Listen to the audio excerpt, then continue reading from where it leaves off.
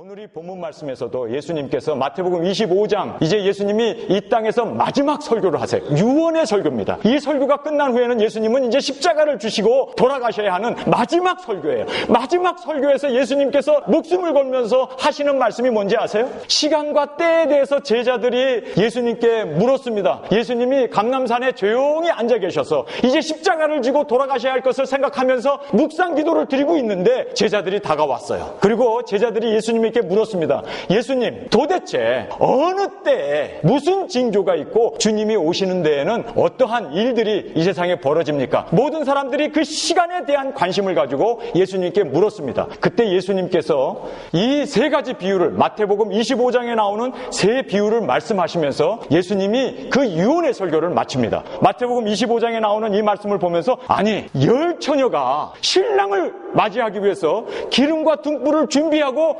신랑 되신 예수님을 맞이하기로 그렇게 준비된 삶을 살고 있었는데 놀라지 마십시오. 50%가 울며 슬피 이를 갈면서 어둠에 쫓기는 그런 일에 처해지고 말았습니다. 50%였습니다. 그리고 또 달란트 비유에서 보면은 5달란트를 주고 2달란트를 주고 1달란트를 줬는데 그것은 사실 하나님께 어떤 탤런트를 받은 거예요. 사명을 받은 겁니다. 그 사명을 받은 사람들도 33%는 어두운데 3명 중에 1명은 지옥에 가고 말았습니다. 염소와 양에 대한 이야기를 하세요. 염소들이 우리가 보기에는요, 신앙이 없는 사람으로 보이기 쉽죠. 그렇지 않아요. 성경에 보니까 주여 주여 했어요. 주님이 굶주렸고 주님이 갇혔고 주님이 헐벗었을 때 우리가 주님에게 안 했습니까? 주님에게 했다는 거예요. 아니, 제가 여기서요 깜짝 놀랐습니다. 아니, 예수님께는 목숨 다해서 충성했어요. 예수님께는 헌금도 하고 봉사도 하고 주 앞에 열심히 봉사했어요. 성가대도 하고 주일학교 선생도 하고 집사도 장로로 권사로 목사로 그렇게 섬겼어요. 예수님께는요 정말 다 했어요.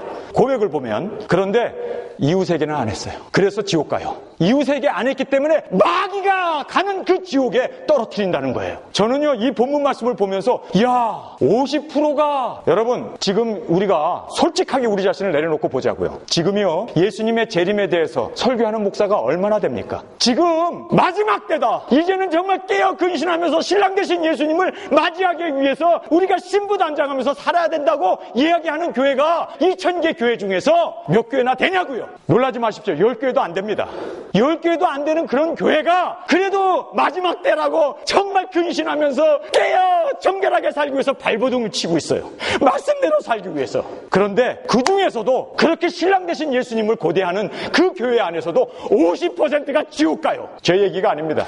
열 처녀가 기름과 등불을 갖고 있어요. 여러분, 그리고 신랑 되신 예수님을 맞이하기 위해서 눈이 빠져라 준비하고 있었다는 사실입니다. 그런데 50%가 지옥을 갔어요. 제가요, 저도 이제 종말론을 가리키고 우리 교회가 신부단장해서 오실 주님을 맞이하기 위해서 살자고 외쳐대는 목사입니다. 그런데요, 제가 깜짝 놀란 사실은 뭔지 아세요? 이 종말론 신앙을 가진 사람들이 제대로 된 사람이 없어요. 치우쳐 있어요. 예수님 오니까 산속으로 도망가자는 둥, 예수님 오니까 가정도 다 팽개치고 기도원에 들어가서 뭐 하자는 거예요?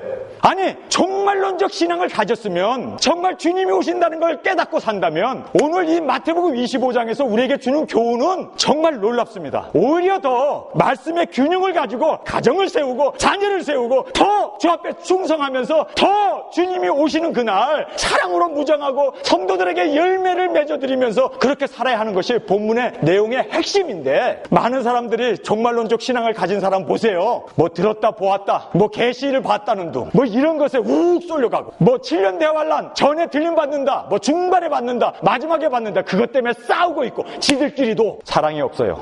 저는요 정말 가슴이 아프더라고요. 왜 종말론 예수님을 고대하는 사람들이 이렇게 삐뚤어진 신앙을 가지고 있을까? 아니, 왜 이렇게 잘못된 신앙을 가지고 가족도 팽개치고 남편하고 이혼하고 산에 들어가서 그것이 진정으로 구원받은 사람들의 모습입니까? 주님이 기뻐하시는 일이겠냐고요. 여러분, 이 본문 마태복음 예수님의 이 유언의 마지막 설교를 보면서 정말 우리가 피눈물이 나면서라도 우리가 깨달아야 돼요. 그게 아니로구나. 여러분, 이 재림신앙이 많은 착각을 가져와요. 많은 실수를 가져옵니다. 시한부 종말론으로 빠질 수도 있고요. 그리고 내가 들었다 보았다, 뭐 나팔을 들었다는 둥, 뭐 예수님이 공중에 재림하는 것을 보았다는 둥, 천국에 갔다 왔다는 둥, 얼마나 많은 사람들이, 여러분, 이단들이요 다 이 재림신앙 때 때문에 이 종말론적 신앙에서 나온다는 사실을 알아야 돼요. 한국에 있는 모든 이단들이 다 뿌리가 어딘 줄 아세요? 이 잘못된 종말론에서 이단들이 파생되어 나온다는 사실을 여러분 알아야 돼요. 그래서 오늘 이 본문 말씀을 여러분 마음 가운데 깊이 새기시는, 왜냐면요, 신앙에는요 밸런스가 있어야 돼요. 마치 외줄타기처럼 굉장히 힘듭니다. 발 하나만 잘못 디디면 이단으로 빠져버리고, 발 하나만 잘못 디디면 사이비 종파로 빠져버릴 수밖에 없는 것이 바로 이 종말론적 신앙이에요. 저는요 어려서부터 기도원에서 자랐어요. 성령 충만이 무엇이고 마귀 쫓는 것이 무엇이고 병자를 고치는 게 무엇이고 어려서부터 다 봤어요. 왜냐하면 저희 집이 기도원이었기 때문에. 교회를 개척하면서 또 어려서부터 그걸 다 하나님께서 체험시켜 주셨어요. 미국에 와가지고 탈버 신학교라고 하는 이 말씀 중심의 신학교에서 하나님의 말씀 1점이라도 땅에 떨어지지 않는 이 하나님의 말씀을 지켜야 한다는 것을 철저히 훈련을 받았어요. 제가 거기에서 하나님께서 성령파 그 기도원에서 자라게 하시고, 그리고 또 이 교회를 개척하면서 목회가 무엇인가를 배우게 하시고, 그리고 신학교에서 신학이 뭔가를 또 배우게 하시고, 신앙은 밸런스를 가져야겠구나. 균형을 잃어버리면 좌로나 우로나 치우치게 되면 넘어질 수밖에 없겠구나. 그래서 실족치 아니해야 되는 것이 바로 신앙의 걸음이로구나. 이것을 저는 하나님께서 교육시켜 주셨어요. 제가요 여러분에게 한 가지 말씀드릴게요. 교회 다니다가 성령 세례를 받고 불세례를 받은 사람은요, 그것이 너무너무 좋고 뜨거워가지고 가정도 내팽개치고 자식도 다 내팽개치고 그냥 이 기도원 저 기도원 이 부흥회 제가 그랬으니까 그래가지고 더 뜨겁게 요 정도 뛰는 사람은 더 뛰고 싶어가지고 난리예요, 난리. 더 뜨겁게 그냥. 여러분, 성령으로 시작한 사람들이 더 뜨겁고 그래, 아니 뜨거워갖고 어떡하려고, 뭐 하자는 거예요 그게? 뜨거워서 어떡하자는 거예요 그럼? 그거를 그렇게 사모해요. 종말론도 마찬가지입니다. 주님이 오신다는 거 성경적이에요. 성경 20절 읽으면 한 번씩 튀어나오는 거 320번이나 예수님의 재림에 대해서 성경에 기록되어 있어요. 이건 성경적입니다. 그러나 재림신앙이 한번 빠지게 되면요, 이게 예수님 온다는 것이 너무 막연한 거야. 좀 확실하게 보여주기를 원해. 그래서 들었다 보았다 뭐 이러면서 그렇게 더 뜨겁게 더 진하게 그래서 나중에는 시한부 종말론에 빠지더라고요. 여러분, 예수님께서 그걸 아셨어요. 성경에서는요 오늘 세 가지 비유를 우리에게 말씀하시면서 너무 놀라운 신앙의 밸런스를 이야기합니다. 재림신앙, 올바른 재림신앙이 무엇인가를 오늘 이 본문 25장 예수님의 마지막 유언 설교를 통해서 여러분이 꼭 깨달으시길 주님의 이름으로 축원합니다. 여기서 보면요 실패와 성공이 있어요. 그리고 예수님께로부터 엄청난 책망을 들으면서, 아니 지옥 가요, 지옥 가. 잘못된 신앙 가졌다가 지옥 가는 그 어처구니 없는 상황을 오늘 본문에서 우리에게 말씀해주고 있습니다. 그렇다면 도대체 성경에서 가르치는 올바른 정립된 성경적인 재림신앙이 무엇인가? 여러분, 오늘 이 본문에서 확실히 깨닫고 이 말씀 따라 사시기를 주님의 이름으로 간절히 축원드립니다. 여러분, 성경은요 우리에게 주는 확실한 결론이 나옵니다. 그것이 예수님께서 마태복음 25장 이 열처녀 비유에서 우리에게 결론으로 말씀해 주시는 결론입니다. 23절을 읽겠습니다. 그런즉 깨어있으라, 너희는 그날과 그 시를 알지 못하느니라.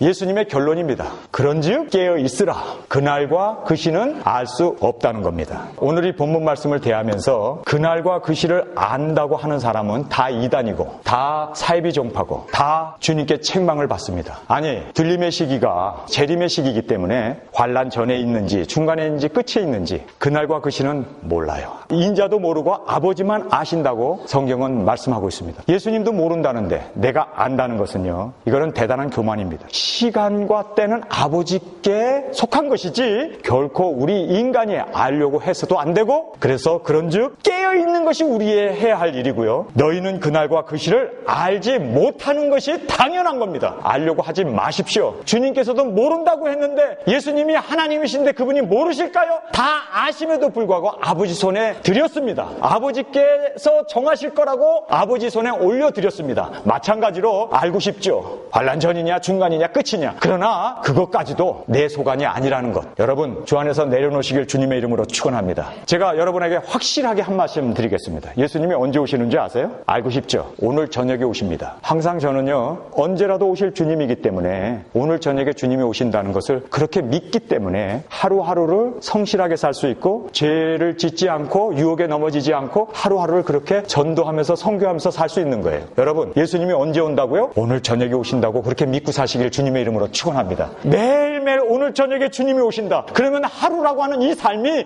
24시간이라고 하는 이 삶이 얼마나 귀한지 몰라요. 이것이 바로 전도해야 하고 은혜를 나눠야 되고 선교해야 되고 구제해야 되고 사랑해야 할 시간이라는 것을 알 수 있잖아요. 여러분이 언제 죽을지를 어떻게 알아요? 모르잖아요. 그러나 내가 언제 죽을지는 모르지만 내가 죽는다는 것은 확실하잖아요. 내가 죽는데 오늘 저녁 죽는다 생각하면 그 긴박감이 있잖아요. 예수님께서는요 그 긴박감을 원하셨어요. 회개하라 천국에 가까웠다. 그게 무슨 얘기입니까? 그렇게 긴박성을 가지고 살라는 거예요. 초대교회 교인들이요 자기들이 죽기 전에 예수님 올 거를 우리보다 더 믿었어요. 그래서 주시옵소서 성경이 그렇게 끝나잖아요. 얼마나 고대하고 사모했는지 몰라요. 그러면 그들의 신앙이 잘못됐습니까? 2000년 동안 안 하셨는데. 아니에요. 완숙한 신앙은요 항상 주님을 고대하면서 사모하면서 주님이 오실 것을 손꼽아 기다리면서 사는 것이 성도의 마지막 아름다운 모습입니다. 신앙의 절정의 모습입니다. 여러분 그래서요 여러분이 정말 신앙이 좋으면 좋을수록 세상 따라가지 않고 하늘나라 저 소망 오실 예수 그리스도를 바라보면서 주시옵소서 그렇게 초대교회처럼 그렇게 우리가 전도하면서 선교하면서 사랑하면서 은혜를 나누면서 그렇게 살 수밖에 없다는 거예요. 여러분 현대교회가 왜 선교가 어려워졌습니까? 왜 전도가 어렵습니까? 왜 세상에서 잘 되는 것 해만 눈이 현혹이 되었고 그것만 쫓아갑니까? 근본 이유는요 이 재림신앙을 놓쳤기 때문입니다. 여러분 재림신앙을 가진 사람은요 눈에서 불이 나요. 왜냐하면 오늘이라고는 이 시간이 나에게 마지막 시간이다. 이렇게 마지막 시간이라는 걸 알고 있으면요 최선을 다해서 살아요.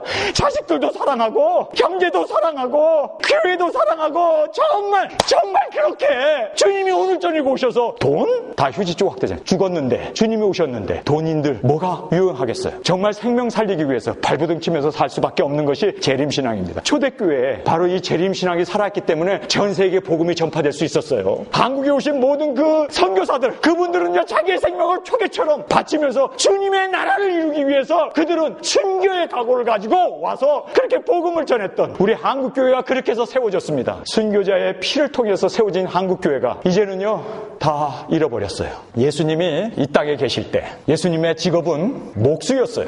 근데 예수님이 건물 하나 만들어 놨던가요? 목수셨는데 아니 멋진 교회를 만들어 놔야지. 신약을 보면요 교회 하나 건물 짓는 이야기가 나오지도 않아요. 건축 헌금 나오지도 않아요. 성전? 웃기는 소리 하지 말라고 그러세요. 성전은요 성령님을 모시고 있는 이게 성전이에요. 이 건물 때문에 얼마나 많은 영혼들이 건물 짓는다고 이게 성전이라고 생각해가지고 시험에 빠지고 교회가 풍지박산나고 이 건물 때문에 네 거다 내 거다 재산 싸움 나고 상속이나 해대고. 여러분 건물이 얼마나 교회의 부흥을 방해하는지 아세요? 예수님은 목수셨는데 건물 하나 안 남겨놨어요. 그리고 너희들이 건물 지라는 소리 예수님이 한 말씀도 안 했어요. 예수님이 이 땅에 계실 때 스승이라는 랍비라는 말씀을 들었습니다. 랍비 선생이었어요. 그런데요 예수님이 책 한 권 썼습니까? 그가 박사학위를 받고 우쭐하던가요?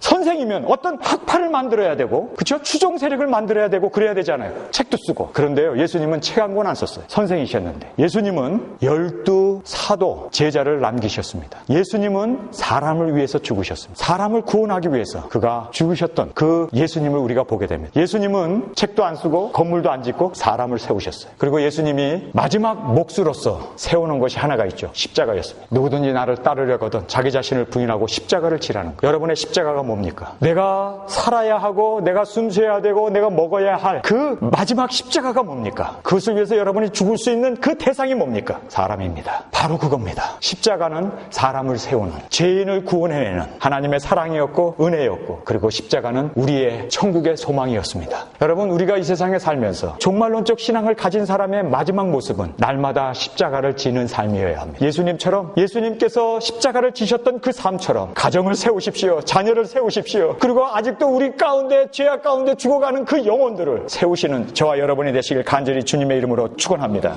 이 열처녀가 문제가 생겼어요. 이 열처녀 비유에서 우리에게 주는 문제가 세 가지가 있어요. 첫째는 뭐냐면 예수님이 더디 오셨어요. 일찍 오셨더라면 다 기름과 등불을 맞이하기 위해서 준비하고 있었기 때문에 예수님이 초저녁에 온다면 문제가 하나도 없죠. 근데 예수님께서 성경에 보니까 더디 오셨다라고 이야기합니다. 더디 오시는 것 때문에 문제가 시작됐어요. 두 번째 문제를 보면은 모두가 다 졸며 잘세라고 얘기했어요. 여러분 등불을 켜놓고 신랑 되신 예수님을 기다리는데 예수님이 더디 오셨단 말이에요. 그런데 깨어있다면 심지가 다 타버리겠네. 기름이 다 없어지겠네. 그거를 알면은요 기름 준비하러 가죠. 그런데 열처녀가 모두 다 졸며 잘세라고 얘기했습니다. 다 자고 있었어요. 이것이 두 번째 문제였습니다. 세 번째 문제를 보면은요 신랑이로다 라는 소리를 듣고 다들 자다가 화달딱 일어난 거예요. 일어나가지고 이제 신랑이로다 자기 등불을 가지고 가는데 슬기로운 다섯 처녀는요, 여볼로 기름을 그릇에 담아 가지고 갔어요. 만약에 기름이 다 진해지면 가서 부고 예수님을 맞이하기 위해서. 그런데 미련한 다섯 처녀는 등불에 있는 기름만 의지하고 있었어요. 근데 예수님이 더디 오시고 졸기 때문에 기름이 단다는 것을 못 발견한 거예요. 그래서 화들짝 일어나서 가려다 보니까 기름이 없는 거예요. 이게 얼마 안 가서 기름이 다 달아 없어지겠거든. 그러니까 어떻게 하겠어요? 기름을 좀 나눠달라고 그러잖아요. 그랬더니 야야야, 우리 쓰기에도 부족하다. 그러니까 이 사람들이 기름을 사러, 여러분 신랑 대신 예수님을 따라가야 되는데 기름을 따라가고 말아요.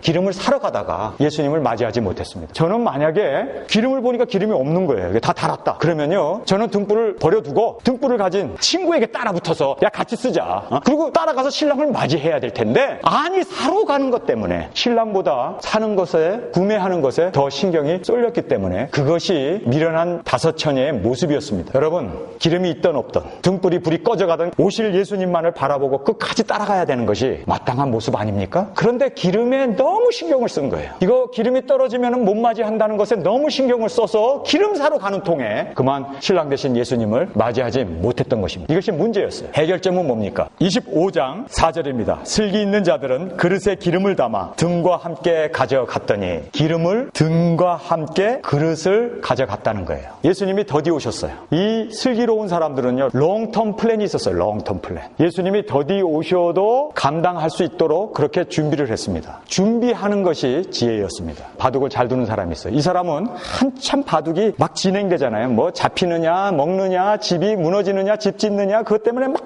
싸우고 있는데 한참 거기에 신경을 쓰고 정력을 다 바쳐서 거기서 이기느냐 지느냐, 성패가 갈라지는 그런 전쟁이 벌어지고 있는데, 그런데 이 사람은, 잘 두는 사람은요, 갑자기 돌 하나를 딱 들어가지고 멀리에다가 딱 포석을 하는 거예요. 돌판 하나를, 포석을 딱 떨어뜨려 놓는 거예요. 혹시 여러분 바둑 잘 두시는 분 계십니까? 저는요, 야 이거 봐라, 한참 지금 여기서 한 수 두 수 가지고 이기고 지고 성패가 갈라지는데 왜 멀리에다가 돌을 딱 던져놓나? 그 쓰잘데도 없는데. 근데요, 쓰잘데 없는데 돌을 딱 던져놓은 그거 하나 때문에 전체 판도가 바뀌어버려요. 지금 그걸 얘기하고 있습니다. 세상의 부자들은 분산 투자라고 아세요? 하나에 다 매달리지 않아요. 이거 망해버리면 다른 게 있는 거예요. 지금 기름이 다 진해지면은, 이것이 다 없어지면은 따로 기름을 그릇에 담아가는 이 분산 투자가 있었어요. 많은 사람들이 현실만 보는 거예요. 현실. 지금 예수님 온다. 지금 당장 오실 주님으로 알고, 초저녁에 오실 주님으로 알고, 이른 저녁에 오실 주님으로만 알고 있었지, 멀리 10년 후에, 50년 후에, 100년 후에. 여러분, 중요한 얘기 하나 말씀드릴까요? 내일 세상에 종말이 온다 할지라도 오늘 나는 한 그루의 사과나무를 심겠다. 여러분, 사과나무가 10년 후에 맺힙니다. 그런데 내일 종말인데 뭐하러 심어? 이게요, 지혜로운 사람입니다. 저는요, 40년부터 종말 신앙을 가지고 그렇게 훈련을 받고 계시록과 다니엘서와 이사야서를 공부해 온 사람입니다. 그런데요, 제 자녀들이 야 학업 다 때려치고 와서 지금 당장 예수님 내일이라도 오는데, 오늘 저녁이라도 오는데, 그렇게 급박하게 숏텀 플랜만 갖고 있는 게 아니라 저는 멀리 내다봤어요. 그날과 그 시는 아무도 모르기 때문에 그냥 깨어있으면 되는 거예요. 깨어있으면 되는 거예요. 언제다 시간을 정해놓고 급박하게 생각할 것도 아니고. 그래서 저희 자녀들은요, 대학 공부 다 시켰어요. 직장생활 다 해요.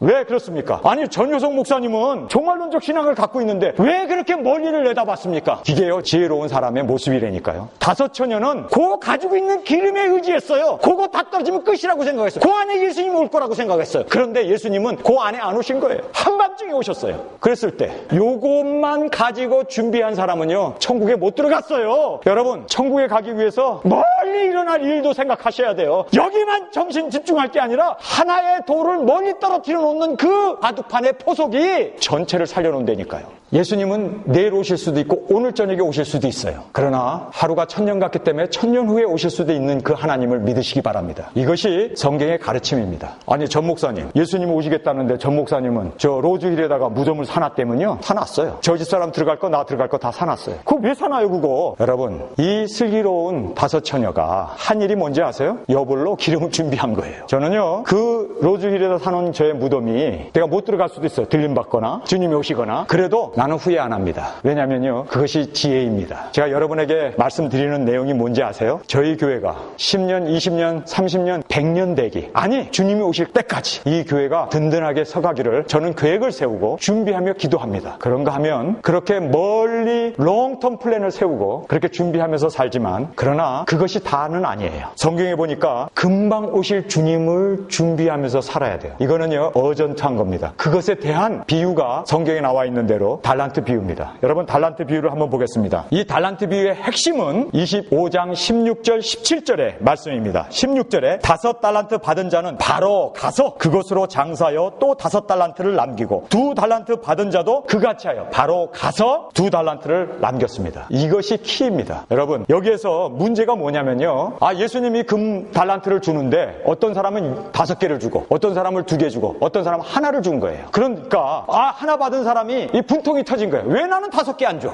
근데요, 성경을 보세요. 그것에 대한 대답이 나와요. 15절에 각각 그 재능대로라고 얘기해요. 어떤 사람에는 5달란트를 준 이유는 그가 재능이 그렇게 많으니까 많이 맡긴 거예요. 2달란트 받은 사람은 2달란트를 남길만 하니까 2달란트를 주신 거예요. 1달란트를 받은 사람도 1달란트를 남길만 하니까 1달란트 준 거예요. 그런데 사람들이 분통을 터뜨린 거예요. 왜 저 사람은 5개 주고 이 사람은 2개 주고 나는 하나 줘? 그래서 이 하나 받은 사람이 분통이 터져가지고 주인에 대해서 앙심을 갖게 되지 않습니까? 잘못된 사고방식을 갖게 되는 거예요. 그런데 가만히 보면요, 열등의식에 빠져있는 사람들, 다른 사람의 재능 앞에 그냥 기가 눌려있는 사람들, 저 사람은 왜 이렇게 이뻐? 근데 나는 왜 얼굴이 이렇게 까맣대? 저 사람은 저렇게 늘씬한데 왜 나는 이렇게 뚱뚱하대? 저 사람은 머리가 좋은데 왜 나는 이렇게 머리가 나쁘대? 저 사람은 남자인데 왜 나는 여자대? 여러분, 불평할 게 아니에요. 이거는 이 재능에 따라서 준 거예요. 그렇기 때문에 그저 하나 받아도 배만 남기면 되고 2 받아도 배만 남기면 되고 5을 받아도 배만 남기면 되는 거예요. 그냥 배만 남기면 주님께서 착하고 충성된 종아 그리고 칭찬을 해주세요. 그러니까 내가 작다고 해가지고 땅에다 묻어둘 게 아니죠. 그런데요, 남긴 사람들은 자기가 받은 그 달란트를 바로 가서라고 이야기하고 있습니다. 즉시로 그것을 남겼습니다. 오늘 여기에서 주는 교훈이 분명해요.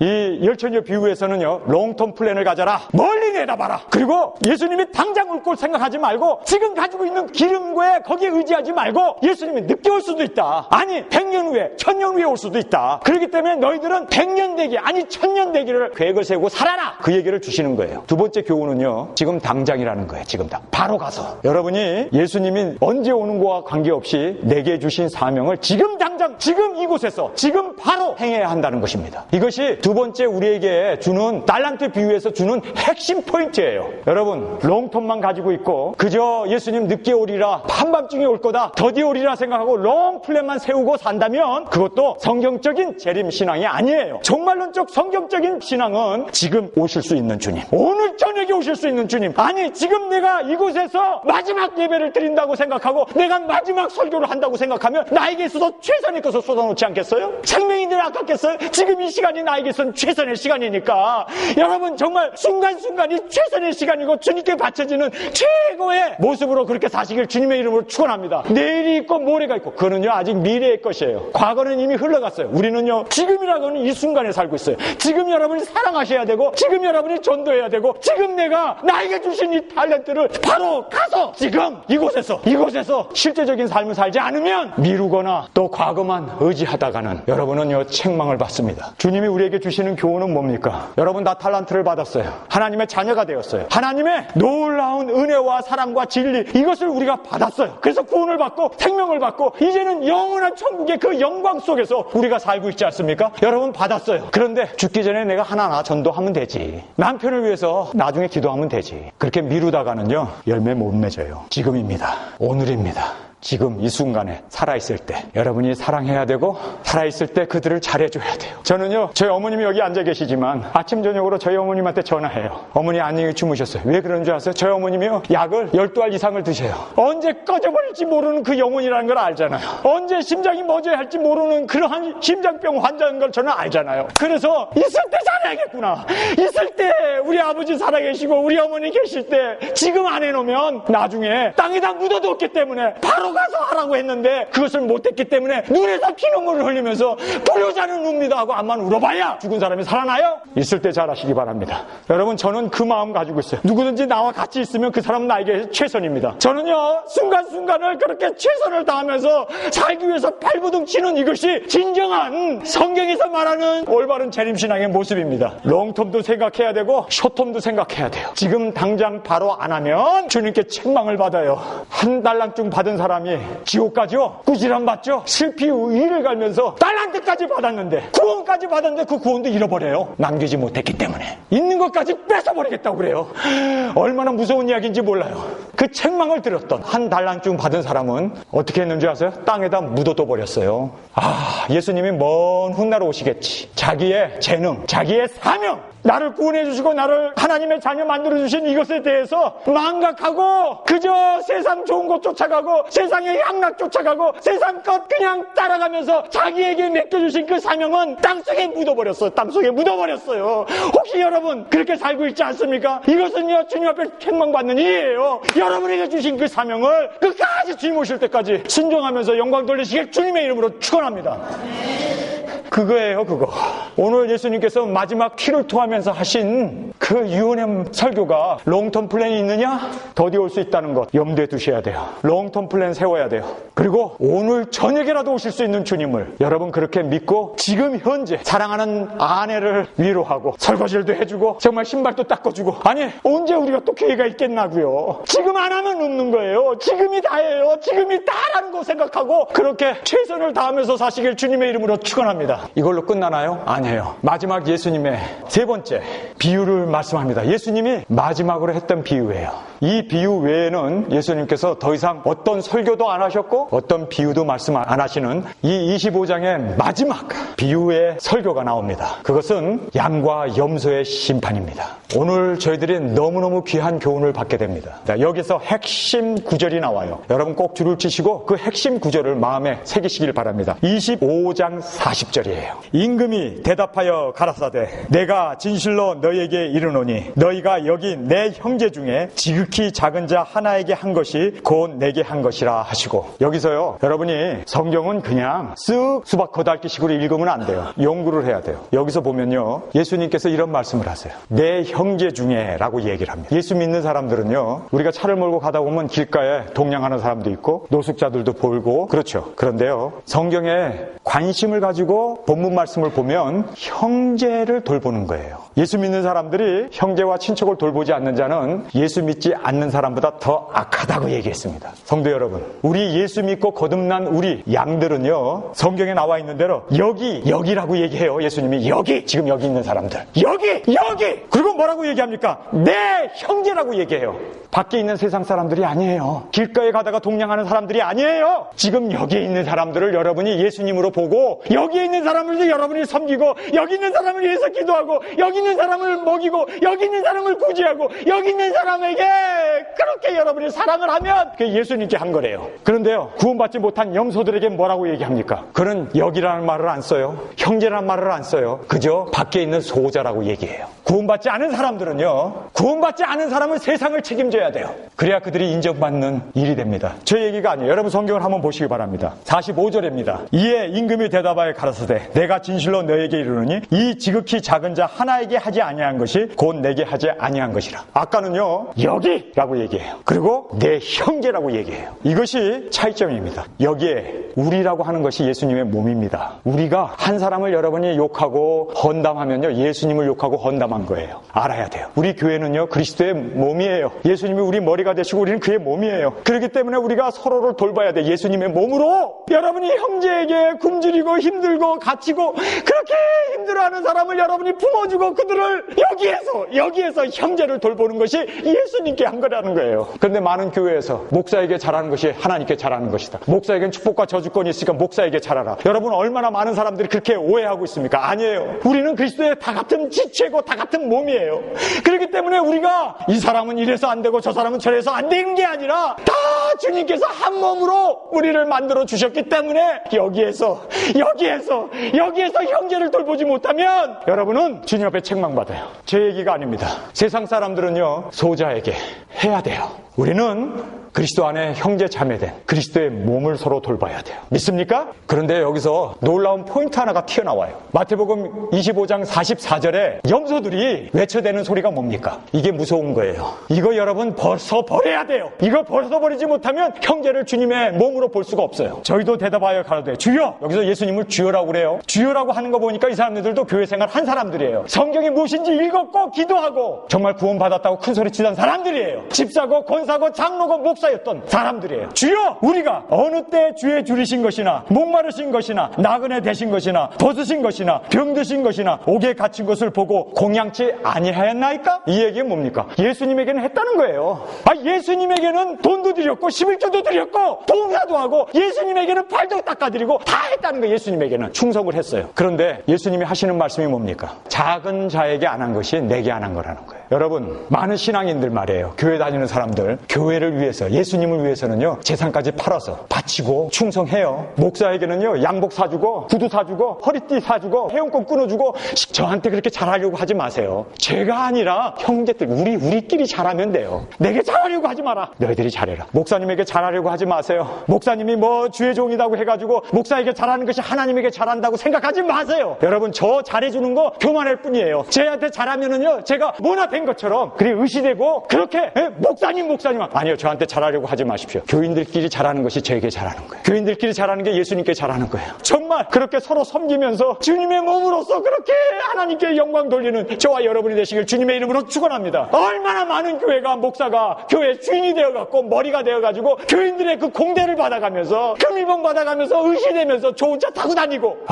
정말 예수님의 이 교훈을 마음 깊이 새기시길 주님의 이름으로 축원합니다. 저한테 잘하려고 하지 말고 예수님에게 잘하려고 하지 말고 우리끼리 잘하는 것, 형제가 여기서 형제를 돌보는 것이 주님께 곧 한다는 것을 깊이 명심하시길 주님의 이름으로 축원합니다. 여기에서 둘 다 몰랐어요.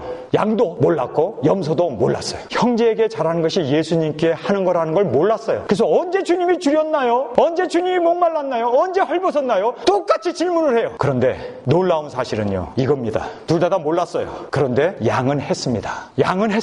염소는요, 예수님께만 했어요. 주의 종에게만 했어요. 지들끼리는 안 했어요. 양은 예수님에게는 안 했어요.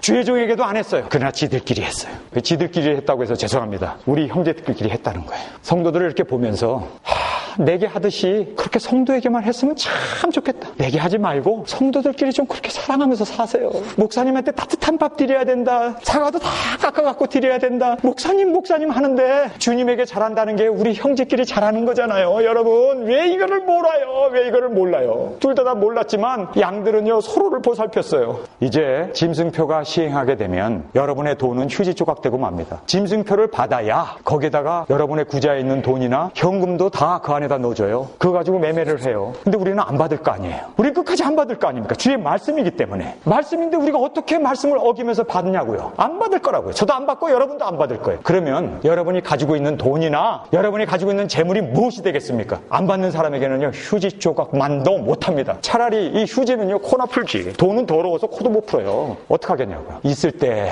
지금 여기에 있는 형제들, 지금 미국이 경제적으로 어렵잖아요. 지금 경제적으로 힘들잖아요. 먹을 것이 없어가지고 아파트값을 못 내고 전전긍긍하는 사람들이 많잖아요. 여러분, 지금 하늘의 보화를 쌓으시기를 주님의 이름으로 축원합니다. 정말 섬기고 주님의 몸이다 생각하고 그들을 섬기는 것이 주님께 한 거예요. 그래서 여러분이 염소에서 양으로 서로를 그렇게 우리의 형제를 돌보는 그러한 멋진, 이것이 바로 성경에서 우리에게 주시는 재림신앙이고 성경에서 우리에게 주시는 바로 그 종말론적 신앙이 바로 이것이라는 것을 여러분 아시기를 주님의 이름으로 축원합니다. 여기에서요, 지극히 작은 자 하나에게 하는 것은 세상 사람들이 해야 할 목이고 구원받은 우리는 여기 내 형제입니다.